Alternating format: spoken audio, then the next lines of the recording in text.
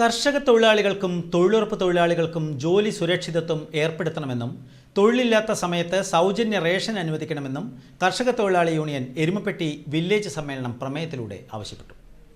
സമ്മേളനം KSKTU സംസ്ഥാന committee അംഗം P. മോഹൻദാസ് ഉദ്ഘാടനം ചെയ്തു. അവരെല്ലാം ഇല്ലായ്മ ചെയ്യുന്നതിന് വേണ്ടിയിട്ടുള്ള ഒരു പദ്ധതി ഇപ്പോൾ ആവിഷ്കരിക്കുകയാണ്.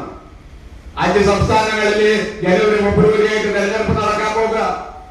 ആ തെരഞ്ഞെടുപ്പിന് മുന്നേ ഇന്ത്യയിലെ പൗരത്വം തെളിയിക്കുന്നതിന് വേണ്ടിയിട്ടുള്ള രേഖകളുമായാണ് അല്ലെങ്കിൽ ഇപ്പോൾ ഭൂരിപക്ഷ ആളുകൾക്കുള്ള അനുകൂലമായ രേഖകൾ ഉണ്ടാക്കുന്നതിന് വേണ്ടിയിട്ടുള്ള പദ്ധതികളാണ് ആവിഷ്കരിക്കുന്നത്. Village committee president K. Saradamma അധ്യക്ഷയായി. Area committee treasurer PN Anilkumar, area അംഗങ്ങളായ OB Subrahmanyan, TK Sivan, Parameswaran Nair, Sumana Sugathan, OS Manoj Kumar, TV Anil എന്നിവർ സംസാരിച്ചു. ഭാരവാഹികളായി പ്രസിഡന്റ് K. ശാരദാമ്മയെയും സെക്രട്ടറിയായി TK ശിവനെയും ട്രഷററായി OS മനോജ് കുമാറിനെയും തെരഞ്ഞെടുത്തു.